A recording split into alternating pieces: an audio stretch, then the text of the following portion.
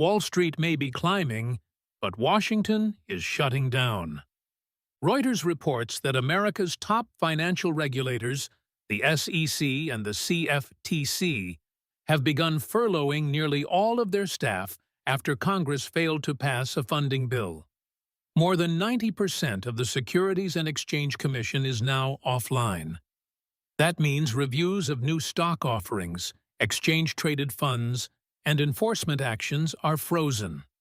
The Commodity Futures Trading Commission is down to less than 6% of its workforce, leaving gaps in oversight for commodity and crypto markets. The Guardian notes this is the first full government shutdown since 2018, and it comes as Republicans and Democrats clash over healthcare subsidies, Medicaid cuts, and budget priorities. Federal agencies from the EPA to the FDA are already scaling back operations.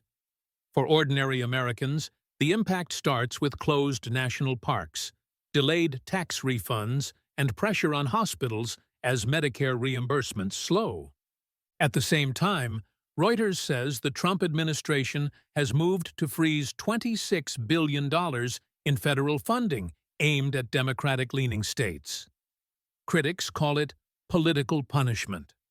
The White House calls it fiscal discipline. Either way, the fight is spilling far beyond Washington into state budgets and community programs. So, what are the scenarios? Number 1. A quick deal. Lawmakers strike a temporary compromise, funding is restored, and regulators return within days. Number 2. A prolonged shutdown. Services remain shuttered, markets face oversight gaps, and the economic cost builds. And number 3. Escalation. If the White House leverages this moment for permanent cuts or emergency powers, the shutdown could redefine how future presidents wield budget standoffs. For now, markets are betting the Federal Reserve will cut rates later this year, and that optimism is keeping stocks at record highs. But underneath, cracks are forming. A lack of oversight, delayed services, and frozen funding all carry long-term risks.